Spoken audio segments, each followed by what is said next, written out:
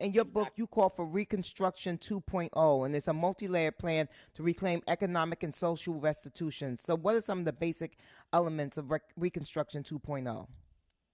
Well, one of the things that I think is essentially important is, first of all, how we handle the black farmers, because that Mm, has been another place in yes, which we've been disenfranchised. And so I always reflect on history and the moments at which we got things right to showcase how we can add to that.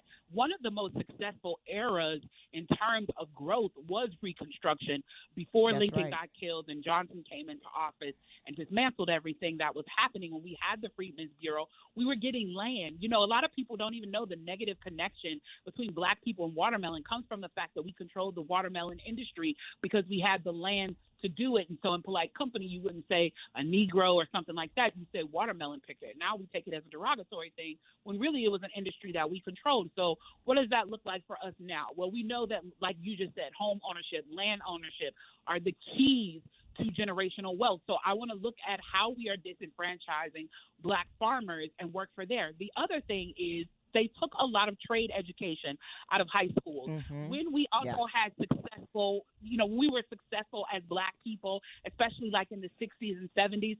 Part of it is because we had amazing trades. We were, Yes. plumbers and we had, carpenters and things like that. And you could graduate from high school. I remember when I was a kid, you could graduate from high school with a cosmetology license.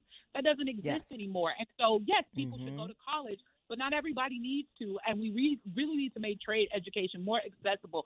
Because I made a joke the other day, Bevy, and I stand by this. People always say, "What do you want for black people?" And a lot of people will say, "I want black excellence." You know what I want? I'm not even What? worried about black excellence because the superheroes of the world, they're going to become your LeBrons, your Bevies, your Yep. Oprahs. They're going to come that regardless. You know what I want for my people? Mediocrity. Because I live in Yes. Atlanta.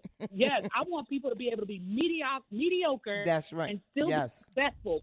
Because the median Yes. income in Atlanta $17,000 for a black family. The Wow. median income for a white family is $170,000. That's a whole lot of mediocre white people still getting success.